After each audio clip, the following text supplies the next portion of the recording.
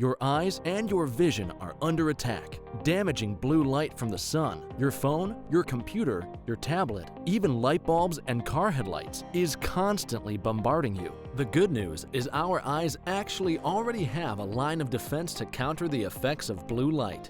This defense is made up of 3 pigments called carotenoids. MacuHealth with Micromicelle, the only supplement with the exclusive patent on all 3 macular carotenoids and Micromicelle technology. The All Eyes Visual VRP is a portable vision testing platform that includes visual fields, acuity, color vision testing, pupillometry, and extraocular motility. The visual leverages virtual reality, artificial intelligence, and augmented technologies to enable eye care providers to test for and monitor common eye diseases. Visit alleyes.com for more information. With more screen usage and indoor time, myopia, also known as nearsightedness, is increasing and getting worse in children. Now, certified eye doctors can prescribe MiSight One Day, the first and only FDA-approved soft contact lens to slow myopia progression in age-appropriate children. Visit CooperVision.com to find a Brilliant Futures certified eye doctor near you. Do your patients know what presbyopia is? There are people who are afraid of the press. Have you talked to your patients about multifocal contact lenses? I've heard the bifocal, but not multifocal. Exactly, not multifocal. Do you need help with your multifocal strategy? Learn more at the conclusion of this episode. Welcome back to part 2 of my interview with Dr. David Minkoff. In this episode, Dr. Minkoff explains his favorite health healing diet and a novel treatment for cardiovascular disease. If you're new here and you like our interviews, press like, subscribe, share, and hit the bell. Also, please leave comments. Be sure to watch our full-length documentary, Open Your Eyes, on Amazon Prime, Apple TV, iTunes, Google Play, and YouTube Movies and Shows. The number 1 killer, or really the number 2 killer, is heart disease. After doctors and hospitals and medications. Right. So with heart disease, what are some of the earliest signs? Is it really cholesterol? Because about half the people that die have from a heart attack have normal cholesterol. So is cholesterol really our enemy? And what can we do to prevent heart disease or heart attacks? So modern medicine is built on a financial model.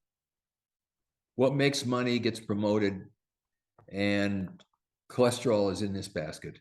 Up until probably 30 years ago, a normal healthy cholesterol was probably in the neighborhood of 225 to 250.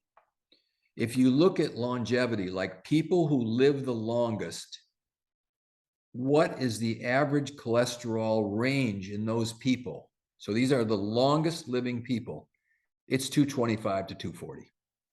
Now, modern cardiology and modern medicine has decided that you should be under 200 and that you should take medication to push your LDL, your so-called bad cholesterol, as low as possible. And that is just wrong.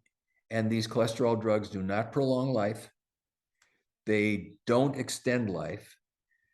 They have side effects with brain, memory loss, increased rate of diabetes, liver cancer. They're dangerous drugs. Cholesterol is one of the most important molecules in the whole body. Most of the cholesterol is actually manufactured by the liver. Only about 30% of it is dietary. And it's very carefully controlled. And what you have to do, I'm not saying that walking around with a cholesterol of 400 is good, but once you get the biochemistry balanced, the cholesterol will come into a normal range for that person. Now, all the sex hormones are made out of cholesterol. The membranes in every cell are made out of cholesterol. Brain has a huge amount of cholesterol. And if you're taking one lab value and you're treating it thinking that you're going to reduce heart disease, it isn't even true. Now, the big tragedy on heart disease is that 50% of the people who are asymptomatic, they didn't go to their doctor because they had chest pain or shortness of breath or swollen ankles. 50% of the diagnosis of heart disease for the first time is sudden death. The person had an arrhythmia or a blockage in their heart, which caused a fatal rhythm, and they died. Now, that is a huge, big problem. So we screen people because cardiovascular disease is very common, and it can come from bad teeth, from heavy metals, from chemical toxins, from bad diet. And so I'm very liberal about checking people. There's a kind of an x-ray you can do to see if there's calcium buildup in the heart. So anybody over probably 35, I send them to get an x-ray of their heart and is there calcium buildup? Because if there's high calcium buildup, there's a good chance they've got artery disease. You can go to the, what's it called? It's like for 99 bucks, there's these buses that drive all over these towns and they'll do an ultrasound of your carotid and they'll do an EKG and they'll do a Lifeline, it's called. And they'll do and you can get screened for, do you have plaque buildup in your arteries? I'm liberal about having people do either VO2 max testing or echo stress testing to try to discover, does this person, especially if they have a family history of that, do they have artery buildup? So I think it's something that every doctor, no matter what they're doing, really needs to look at, because it is, like you said, the number 2 killer. And there are things that, this lifestyle, and there's things that you can do to treat it so that you can keep people out of having to get bypasses and stents and all this other stuff. There's a technique that I believe that you use and some doctors use called EECP, where I think the Lakers were actually using it. Yes. Where they build up collaterals and more blood vessels around the heart. Yes. Is that something that you're still using? And can you explain the benefits of that technique to help people who may be having heart problems? Yeah. So EECP it's a machine, and it's a table that you lay on, and there's what look like blood pressure cuffs go on the lower leg, upper leg, and lower abdomen. And you have a heart rate monitor on so that the blood pressure cuffs, when the heart is like a 2-phase cycle. So it squeezes, empties the blood out, and then it relaxes and the heart fills. And when the heart is in the relaxing phase, the arteries to the heart, which feed the muscle, they pump blood to the heart muscle. Now the machine is coordinated so that when the heart is in the resting phase, the blood pressure cuff on the lower leg goes, the upper leg goes, the one on the lower abdomen goes, and it forces a fluid wave of blood up from your legs, up into your chest, up into your brain. It triggers a hormone release.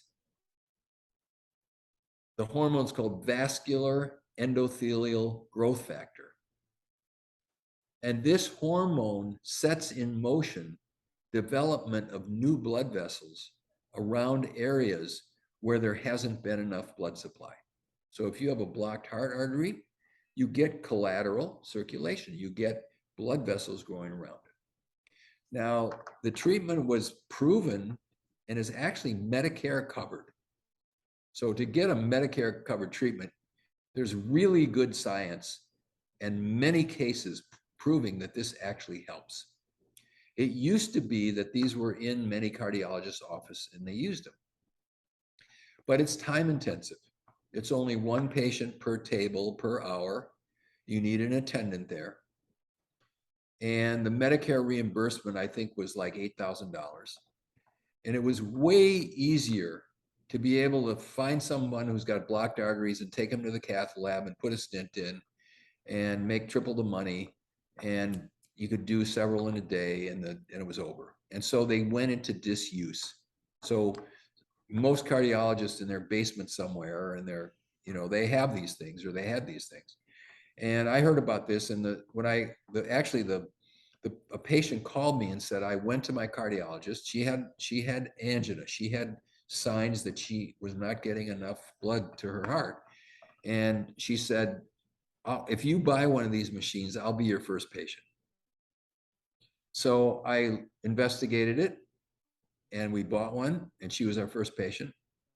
And we've done probably several thousand patients now over the last 20 years. In our experience, anyone who's got angina, where they've got compromised blood vessels, the success rate is near 100%. It's 35 hours, so it's an hour a day for 35 days. So we do 5 days a week for 7 weeks. If they come in with angina or exercise, stress, chest pain, 100% of the people that we've seen by day 17 out of the 35 are pretty much symptom-free. It's really a good treatment. Now we combine that with chelation, so we're getting heavy metals out of them. And we do another treatment where we give them special phospholipids to soften up the blood vessels and make them more compliant. And we give them ozone. We give them a nutritional program. But the success rate's really high. And we've had patients where their post-heart attack, their ejection fraction, the amount that the heart can pump is very low. The heart's been damaged. And we usually get at least a doubling within 6 weeks or 7 weeks of their heart output. So it's remarkable. It's very safe. It isn't very expensive. And you will be hard pressed to find a cardiologist who has one. The Lakers, there's a lady in right around the Lakers stadium in Los Angeles who's got 22 of these tables. And they would go after each game when they were at home games, and they would each get on a table for an hour because it helped them with recovery. It helped their circulation and pumped out all the lactic acid. And they got a performance increase. And they, none of these guys have heart disease. They're all, incredible fitness athletes. But they found that was really beneficial.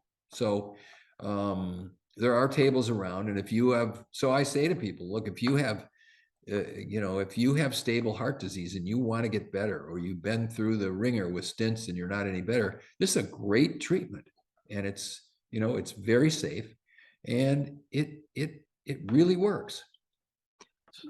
Just a question back about the statins for secondary prevention. Somebody's already had a heart attack, they're put on a statin by a cardiologist. At that point, is there any benefit to it? I don't believe there's any benefit to it. The only time I use a statin is in some cancer patients. In some cancer patients, statins may have some anti-cancer activity. But I never use statins. Now, there are some people who may have hereditary hyperlipidemia, and they've had heart disease and blood vessel disease. And there might be some room in those cases where the drug might help them. But in 99% of what I'm seeing, I'm usually taking people off the medication and virtually never putting them on. There's so many people now that have hypothyroid. The thyroid's supposed to make about 200 milligrams of thyroid hormone per day. Now, if the thyroid is low, what does that put you at risk for? How does that affect the mitochondria? Well, the chief determinant of how well mitochondria perform is thyroid hormone.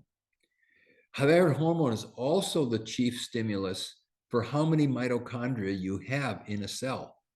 And so they've done muscle biopsies on people where you could do electron micrographs, blow the thing up 1,000 times, where you could count how many mitochondria are in that muscle cell in a patient that's got low thyroid. Now, I said earlier that the average number of mitochondria in a healthy cell is between 1,000 and 2,000. What you'll see in a patient that's low thyroid is that the mitochondria number might be 350, 500. It's low. And then you give them thyroid hormone to the point where their thyroid levels are what they should be, and you re-biopsy them, their mitochondrial count will double or triple. And no wonder they feel better, because they can make more energy. Now, it takes a few weeks to months for this to occur, but having low mitochondria and low ability to generate energy equals any disease you want. So the risk of cancer and heart disease and fatigue and name anything you want is because there's low energy, and thyroid is one of the most important things in getting cellular energy up to what it should be. Now, do you recommend that people just take T4 or T3 and T4, from a compounded lab or Armor, or Synthroid's enough in most people? We measure them. So we measure free T3, free T4, TSH, antibodies. Usually the desiccated thyroid, NP or Armor, works the best. Sometimes you'll see people who have adequate T4 and low T3. They don't convert, and they might just need T3. Some people are the other way around. So we tailor it to the patient. Probably 90% of the time, the desiccated thyroid works. We start them on a low dose. We have them increase the dose every 2 weeks until their body feels warm, their waist gets a little smaller, their brain turns on, they feel more energetic. Then we'll remeasure a level and see if we're kind of in range. We usually want people to be at the high end of normal on the regular lab tests. And then, as I mentioned earlier, we do this bioenergy testing where if your resting metabolism is low, so normal is 100 to 110 on this machine. And and the hypothyroid patients might be 70, 75. And even some of those, the blood levels look okay, but they're hypothyroid. And so we give them thyroid until we get their bioenergy, their metabolism test up in 100, and they feel good. And then usually the blood levels look good. How does that bioenergy test work? What is that? They're in a resting state, and it measures the amount of oxygen that's breathed in and the amount of carbon dioxide that's breathed out. Now, This is a VO2 max. No, max is they're exercising at full bore. Okay. How much oxygen could they utilize at maximum exercise? This is a resting metabolism. And if your mitochondria are working, every oxygen that comes in, every O2 that comes in the body, if it were fully and efficiently processed, should result in a CO2. So if you measure oxygen in and CO2 out, and there's a big gap, you know that the oxygen is getting in, but it's being wasted. The mitochondria is not able to convert that oxygen to the waste product of producing energy, which is CO2 and water. It isn't able to do it because the mitochondria is toxic or deficient, or it's not working. So in people who have thyroid levels that are normal and they're not too messed up in other areas, they will have resting metabolism levels that are 100, 105, and they're fine. Their bodies are warm. They have good energy. And so it's very helpful, because sometimes the blood tests are hard to interpret as to, whether somebody's okay or not. The blood levels are very wide as to what's normal. And so it's in many endocrinologists' office, a person will come in and say, I'm tired and my body's cold and I'm having trouble keeping it warm and I'm kind of constipated and my skin is dry and geez, my eyebrows are thinning at the thing. And doc, I think I'm hypothyroid. And the doctor will do a TSH, it's a thyroid stimulating hormone. And the range of thyroid stimulating hormone in the labs we use is 0.5 to 4.5. And this person has a TSH level of 4.2. It's in the range. And very often the doctor will say, you're fine. This is normal for you. If I want to get a whole bunch of new patients, all I have to do is go to the health food store and put up I'm going to give a talk.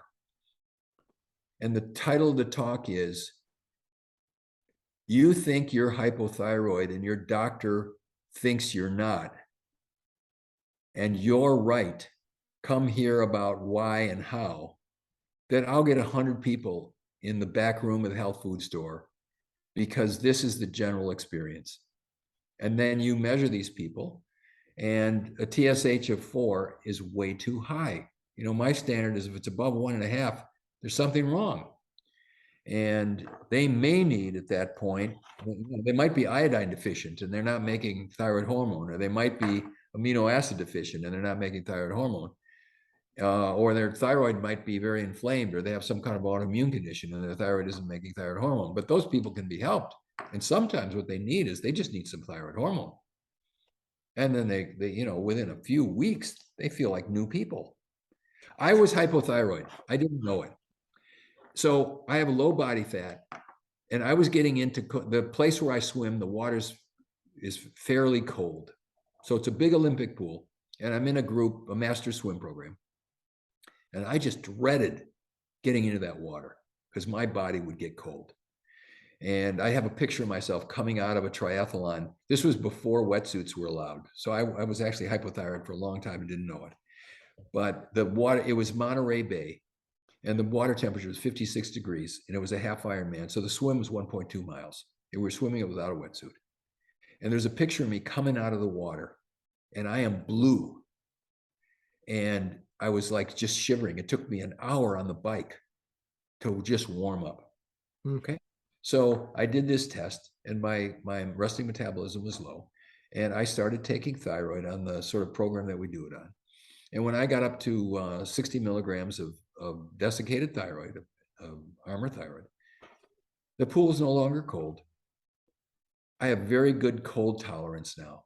I found that, sort of mental brightness was better, energy was better.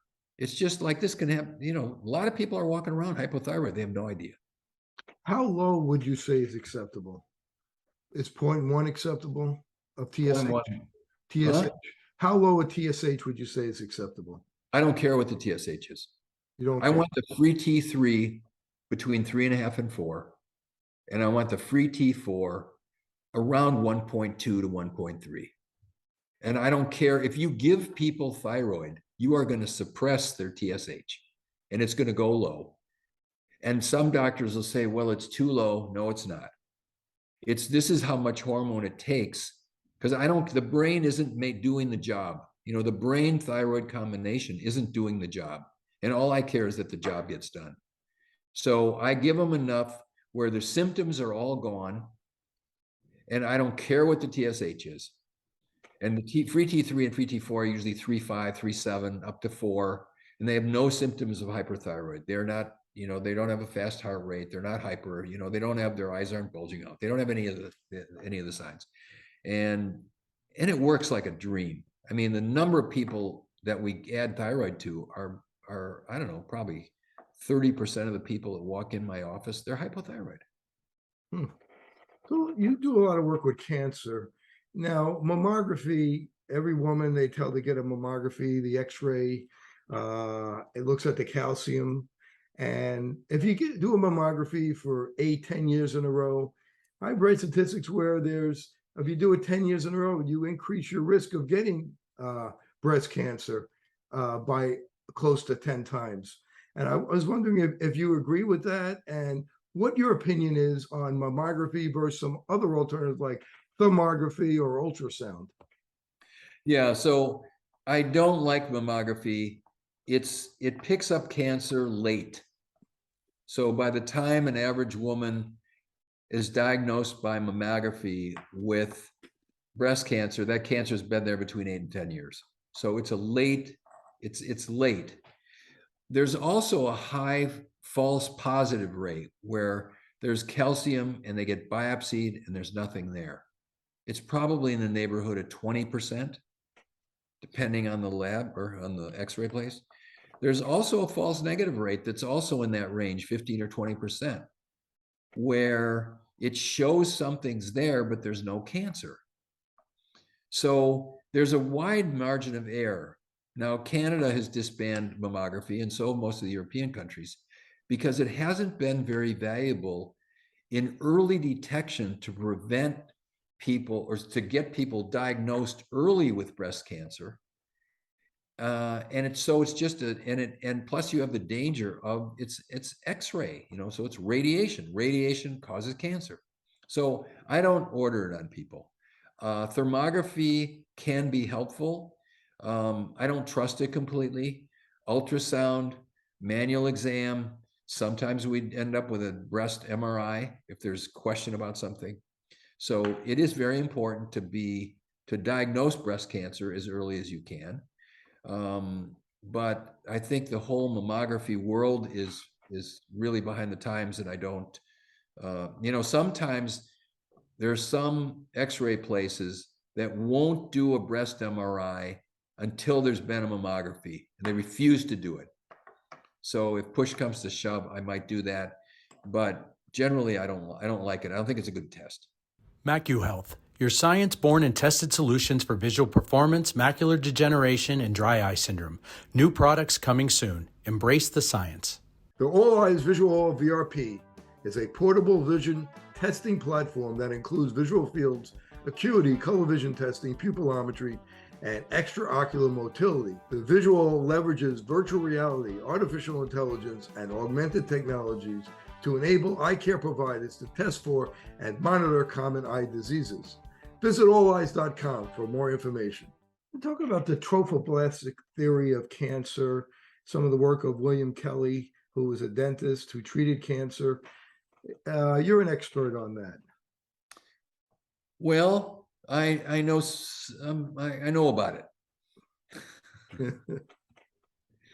I interviewed, by the way, Dr. Gonzalez's, Mary Beth Gonzalez, on my podcast. Yeah. And Dr. Gonzalez spoke at our meeting. So the late, great Dr. Gonzalez. Yes. So amazing man, brilliant and true renegade, fearless. Yeah, so there is something to it. It's, cancer's very complicated. Nobody has a handle on it that's like, we cure cancer by doing X, Y, Z. We can help cancer by doing X, Y, Z.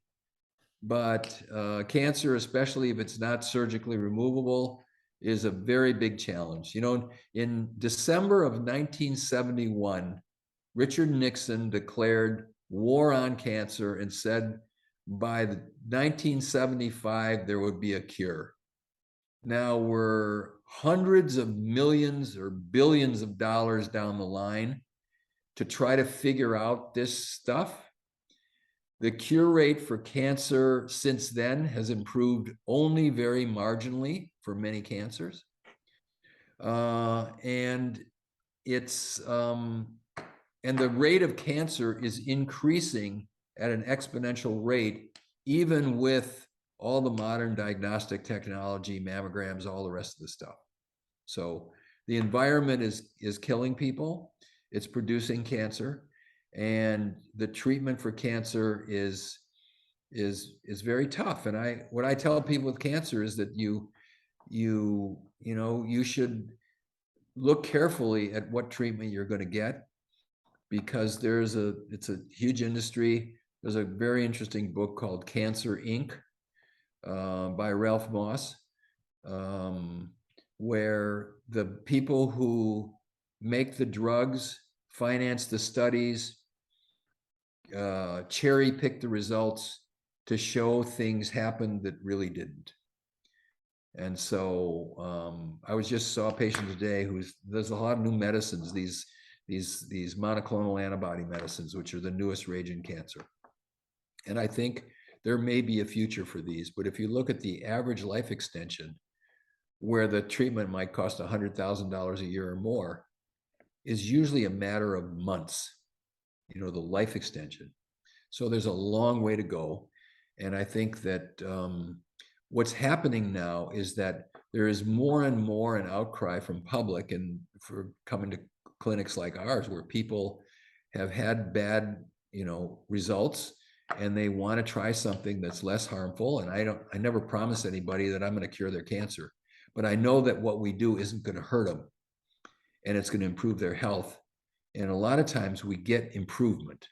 And so it's, and I think as more and more people go this way, the industry is going to loosen up, and there's going to be more and better research, and that I think the future of it, especially in recognizing that the biggest factors are what's your vitamin D level, and how's your food, and how's your social environment, that these are very important things in handling cancer patients and in preventing cancer.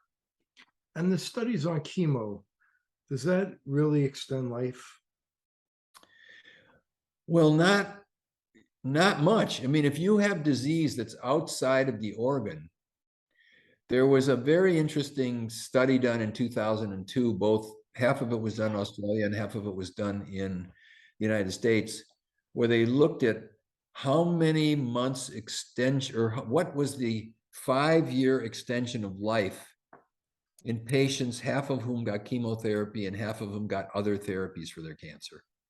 And the extension of life there was only a 2% difference in life extension by adding chemotherapy.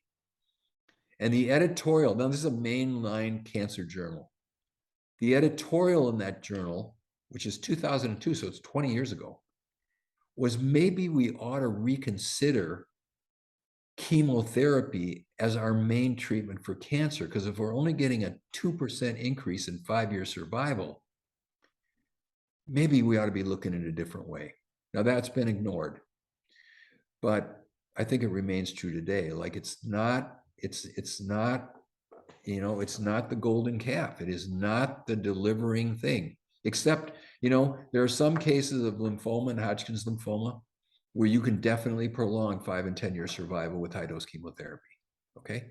I don't know about after that. My best friend had Hodgkin's when she was 16. She got high dose chemo. She was in remission for about 15 years and then got a secondary cancer and then died. So it helped her. I mean, it saved her life.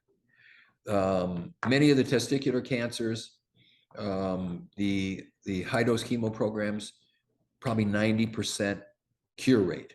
So some of it's really good, but those are the exceptions.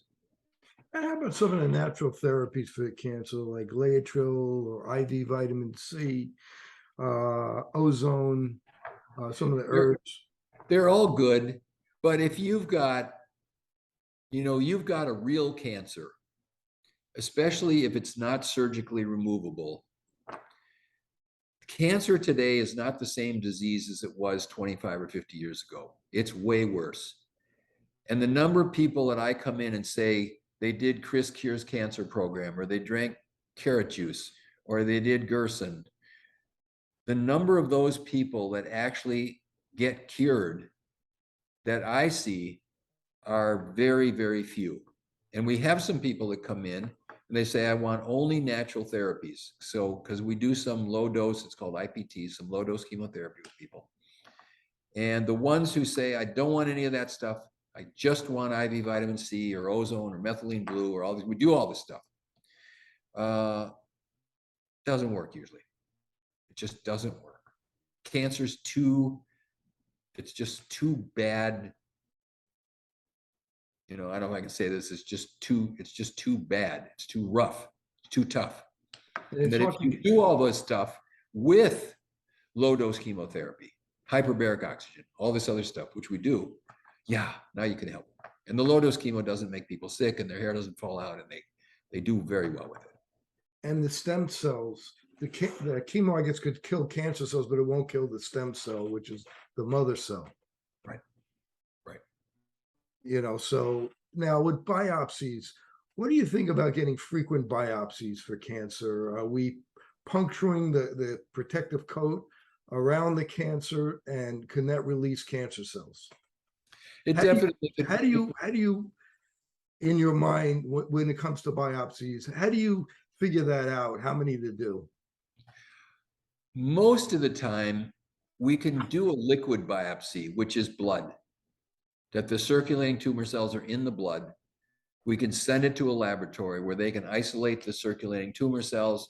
They can profile them as to what their genetics are and what their sensitivities are. And that's, in most cases, is enough. If you have other strong evidence, you've got a PET scan or an MRI or other blood markers where you're certain that this is cancer, and then we get those same cells out of the blood, that then we don't have to do a secondary biopsy. So usually that's how we handle it. Is there a risk for doing frequent biopsies where you're taking a piece of the tissue? Well, I mean, the organ early on is trying to contain the cancer. And so if you start sticking needles through it, you are going to puncture it. The cells are going to get out. And I think you increase your risk of spreading the disease if you're doing, with biopsies. I mean, I think it's a risk. It might be in some cases a legitimate risk, but we find that in most of the cases, we don't have to do it. And the cancer likes sugar, likes glutamine. Most of them do. So do you recommend that they stay away from sugar and glutamine? Well, we put them on a ketogenic diet. If the PET scan shows that this is a high sugar loving tumor, we put them on a very low carb diet, 12 grams a day of carbs, and 80% of the calories are fat. And that does help people. Some cancers aren't glucose loving. They'll take fatty acids, they'll eat anything. So if it's one of those, I'm not so strict. I want them organic. I want them paleo. They may be able to eat some fruit, but in the hardcore aggressive ones, we try to keep them on keto. And how about glutamine? Well, I don't ever use glutamine as a supplement. Glutamine is an amino acid, so it's in all the proteins that they're eating. So I wouldn't. Some people use glutamine for helping with intestinal permeability.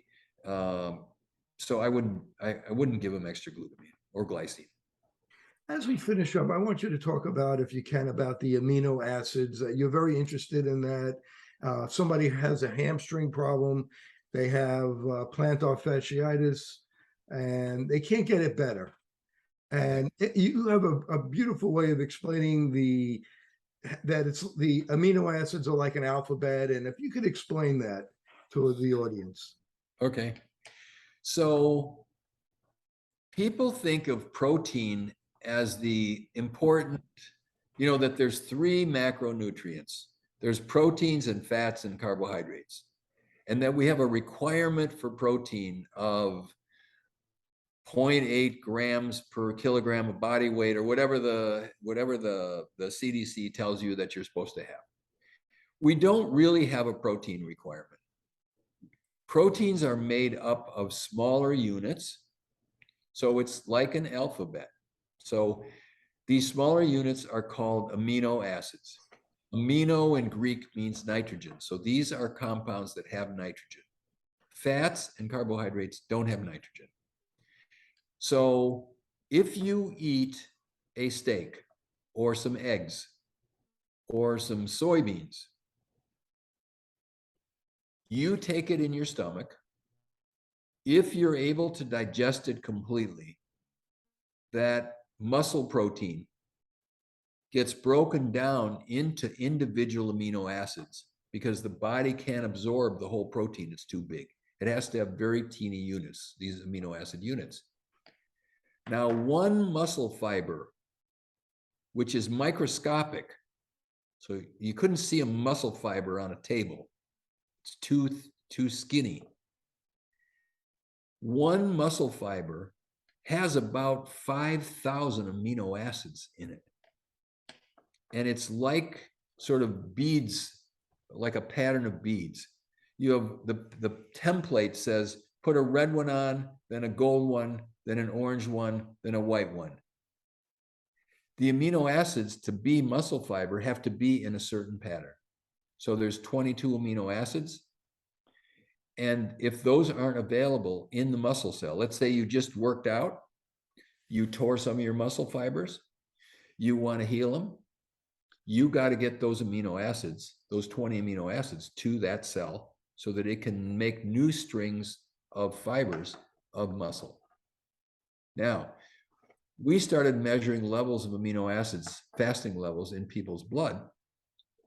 And we found that probably 85 or 90% of people had low levels of certain amino acids.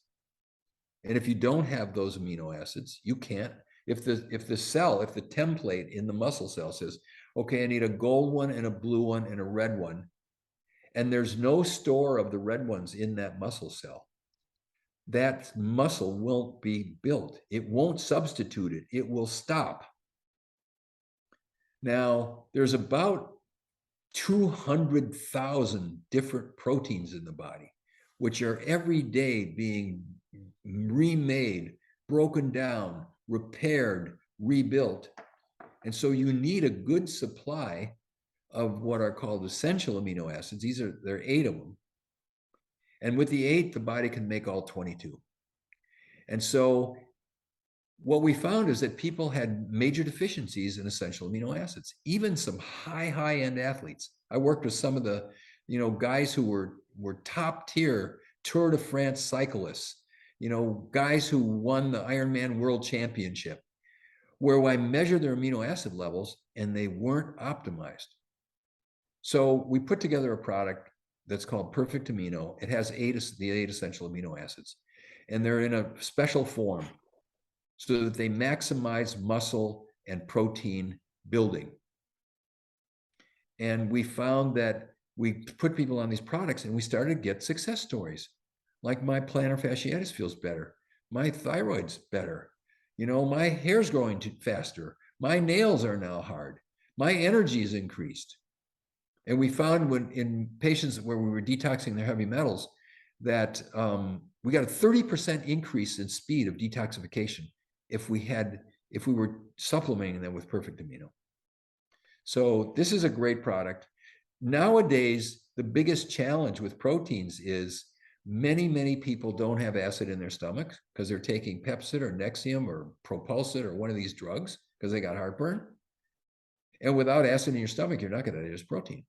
You're not going to absorb minerals either.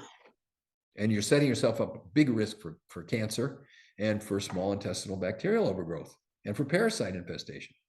So, $5 billion a year is spent on the pharmaceutical drugs that do this. And that doesn't even count the over-the-counter ones. So most people aren't digesting their protein.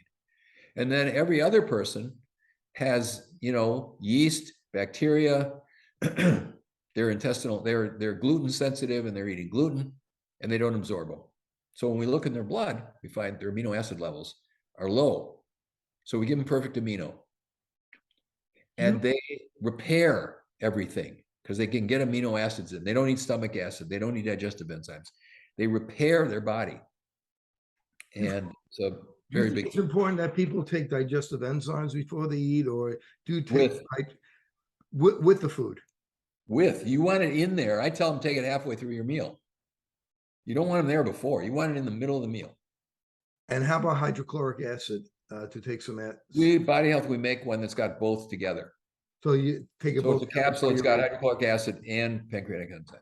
And if they're taking the perfect amino, should they also take the digestive enzymes with it to help absorb it better? No, because Perfect Amino is already pre-digested.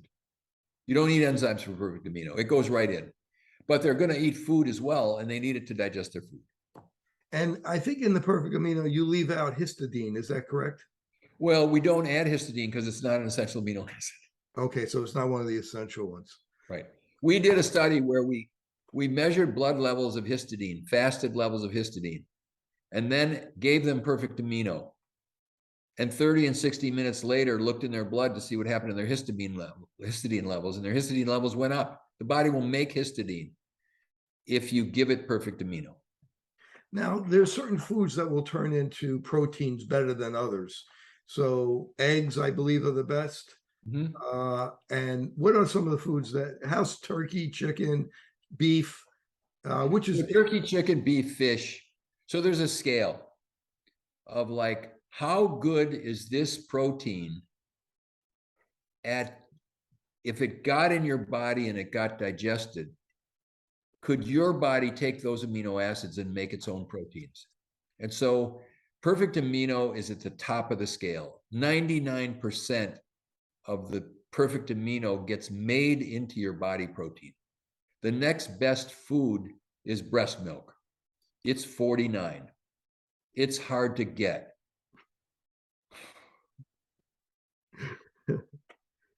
It's funny. I have 8 grandchildren, and one of them, so there's a new baby.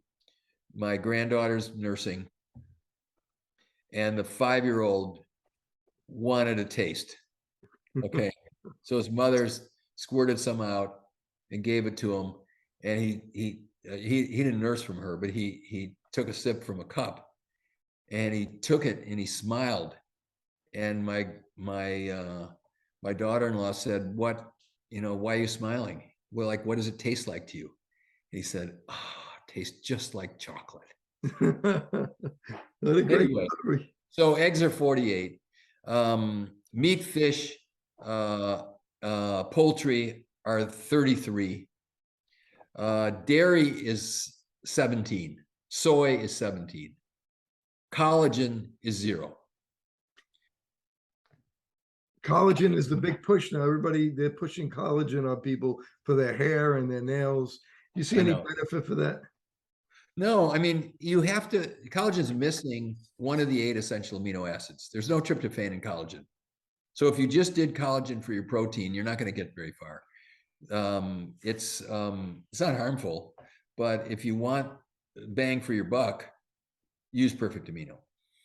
You do so many great things in your office, and I just want to, before we finish, to brag about some of the things that you do. Talk about ozone and how that benefits people. And I know that after there's a lightning storm, you go outside and it smells so fresh. I guess ozone is being made. Yes, that's right. Ozone is O3, and we breathe O2. And when lightning hits an O2, it splits it into O1s, and O1s don't stay by themselves. They're groupies. So some of the O1s combine back to make O2, and some of the O1s combine with an O2 to make O3, and O3 is ozone. And ozone is what our white blood cells use to kill cancer cells and bacteria. It's a natural compound produced in the body. Our body can take O2 that we breathe, and it can add an oxygen and make O3. It also detoxifies. Ozone has a minus charge, and it will bind to chemicals and toxins and take them out of circulation. It also immune boosts people, so you get an enhanced immune response. And in people who are healthy, it increases VO2 max, it increases mitochondrial function and performance.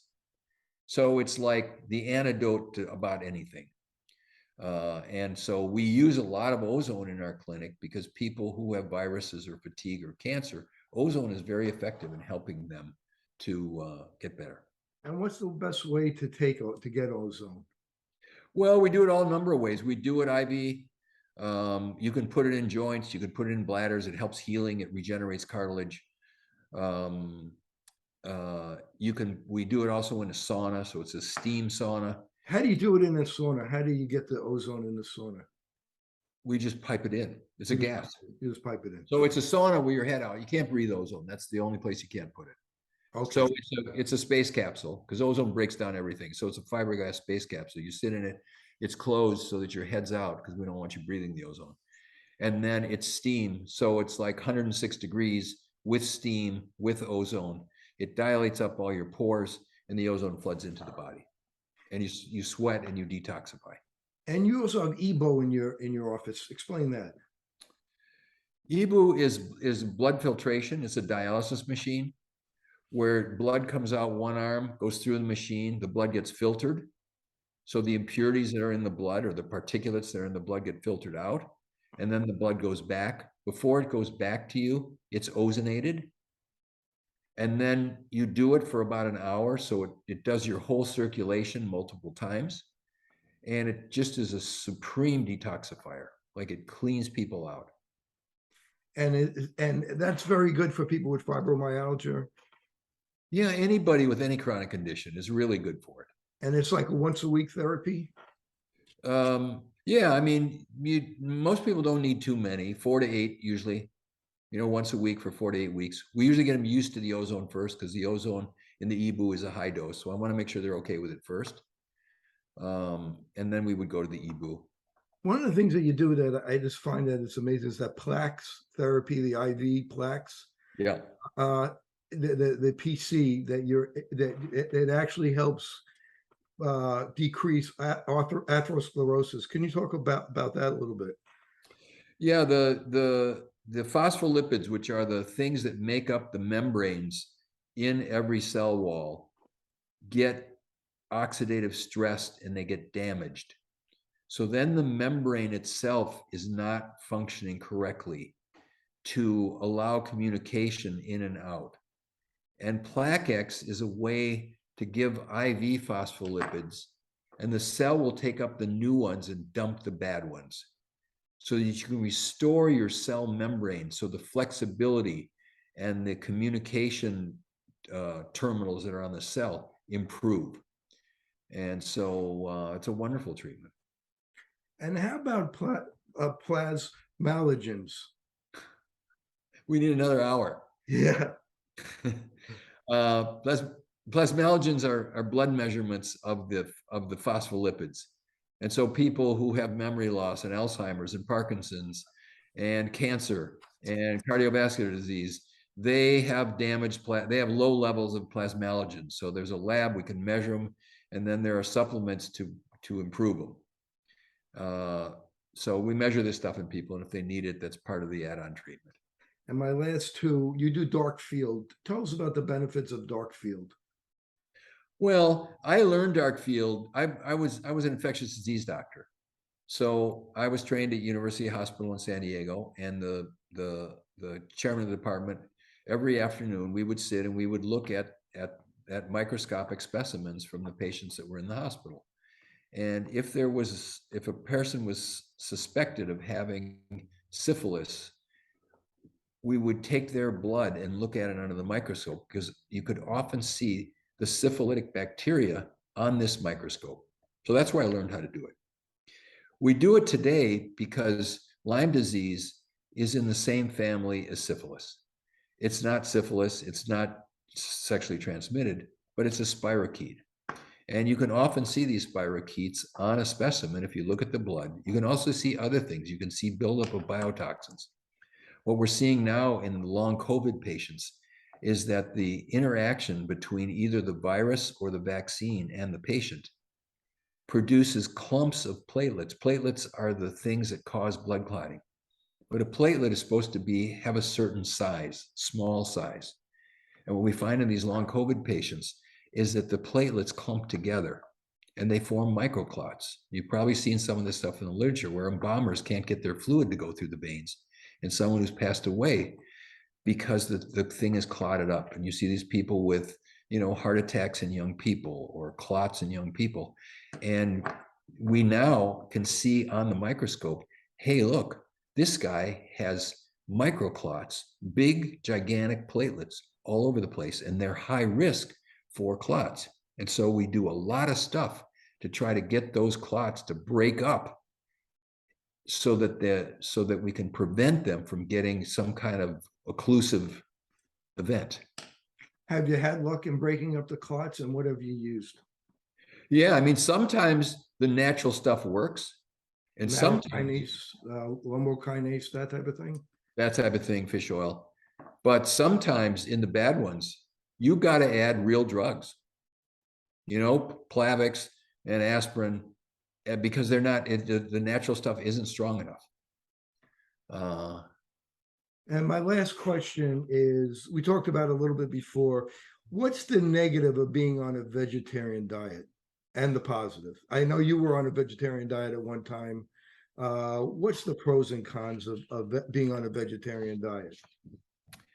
Well, the pros are that you get a lot of fiber and you get a lot of nutrients, you get minerals and you get vitamins. Those are all good things. The con is that the protein quality in vegetables and vegetarian diet is very low. On that scale, rice proteins probably, and remember I gave you that scale of 100, perfect aminos 99, rice proteins probably 8 or 10. The spirulina products are below 5. They're just not any good. So people who have been on a vegetarian diet, now this isn't all, but it's most. When I measure their serum amino acid levels, I can tell right away, you're a vegetarian, aren't you? They don't even have to tell me, because their amino acids are all in the toilet. Now, for the first probably 3 to 6 months, most people feel better because they're getting fiber, they're going to the bathroom, they're getting nutrients that they didn't get before. But then their body starts to break down and their hormone levels go down and their energy goes down and their muscles go down. Again, it's not everybody, but it's most. Now, if you want to be a vegetarian, which is, it's a personal choice, you have to take perfect amino at least 2 or 3 doses every day, because you got to get your amino acids in. You're not going to get them from the food that you're eating. If you're overweight, vegetarian diets are all high carb diets. All the vegetable proteins are high carb. All the fruits and vegetables are high carb. And if you have high insulin and you're diabetic and you want to lose weight, it's very hard on a vegetarian diet. Now, I'm not making a 100% statement here, but this is just most people. B12 levels are a problem in vegetarian diets. So you got to watch out for that. Iron is also can go low because the available iron in plant foods is not very good. So if I've got a vegetarian, I'm checking their B12, I'm checking their iron, and I'm checking their omega-3 fats. So one of the profiles is how it is your DHA. That is the essential omega-3 fat. In many vegetarians, they're eating omega-3 fats in the form of walnuts or flax, but it's not DHA. It's linoleic acid, linolenic acid. And the body then has to convert it into DHA, which is the molecule that we really need. And the conversion doesn't happen. So some of these people need to take an omega-3. Some of the algae work, some of them don't. They could do krill, they can do fish, and if they're fine, they're fine. But these are the sort of things that you just have to pay attention to if you're going to do vegetarianism and stay healthy. So I have a lot of patients from India that are for religious reasons, they're vegetarians or vegans, and they are very sick. Yeah. In general, they don't do well. Yeah. I mean, the diabetic, obesity, cardiovascular disease is high in those populations, in that population. So they can do it, but they need coaching on it so that you measure these things, measure their amino acids, measure their omega-3 fats, measure their iron levels, measure their B12 levels, and then supplement as needed to get them in the range that they should be in if they want to be healthy. I want to thank Dr. Minkoff for joining me today. He's amazing. He makes very complicated things very easy. People want to find out more about you. They want to become a patient. They've been to 13 doctors already and nobody's helping them. How could they do that? So our clinic website is Lifeworks Wellness Center. So it's LIFEWORKS wellnesscenter.com. There's hundreds of videos on there that you can watch, you can learn about us, you can call, you can talk to somebody if you're interested in becoming a patient. If you're interested in any of the products, the company is called Body Health, so it's bodyhealth.com. We talked about fish oil, about greens, about reds, about multivitamins. And so we have probably 25, 30 products. They're all super high quality. They can be purchased from health practitioners or on our website over the internet. And there's hundreds of videos on there too. So if you want to learn more about particular topics, you can. I do a newsletter every week and you can sign up for it. It's free. We have a huge number of people that get it and most people like it. And I write the first part of it is some communication from me about what's going on in the world or something I've learned. And you can subscribe to that on either of the websites. And your book, how could they get the book? The book is called The Search for the Perfect Protein. It's an Amazon bestseller. You can buy it on Amazon. If you want just the downloaded version, you can go to bodyhealth.com and there's a PDF version that you can download if you want to read it that way. Well, thank you, Dr. Minkoff, for giving us so much time and explaining so many complicated things to my audience and helping them become healthier. This is Dr. Kerry Gelb for Open Your Eyes.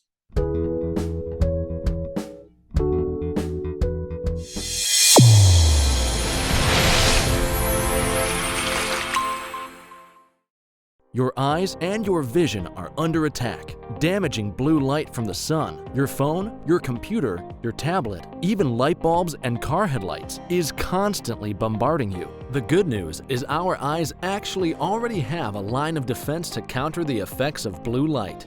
This defense is made up of 3 pigments called carotenoids. MacuHealth with Micromicelle, the only supplement with the exclusive patent on all 3 macular carotenoids and Micromicelle technology. The All Eyes Visual Oil VRP is a portable vision testing platform that includes visual fields, acuity, color vision testing, pupillometry, and extraocular motility. The visual leverages virtual reality, artificial intelligence, and augmented technologies to enable eye care providers to test for and monitor common eye diseases. Visit alleyes.com for more information. Fitting multifocal contact lenses presents a big opportunity to meet patient needs while growing your practice. Alcon is your partner not only with our innovative portfolio, but through e-learning. Learn to enhance your multifocal strategy today with the Alcon Experience Academy. OIE Broadcasting is the emerging leader in social media. We use scientific entertainment to drive more patients into your office. Visit oiebroadcasting.com and sign up today. Since I bought Safe For You, my dad makes me clean his boat. Es natural y es un buen producto. Every time I go back to school, my mom always makes sure that I have my Safe For You products. I bring extra, and my roommates certainly don't mind. It's a good thing I had Safe For You to clean up after this little guy. When my hands get dry, I like to wash them with Safe For You.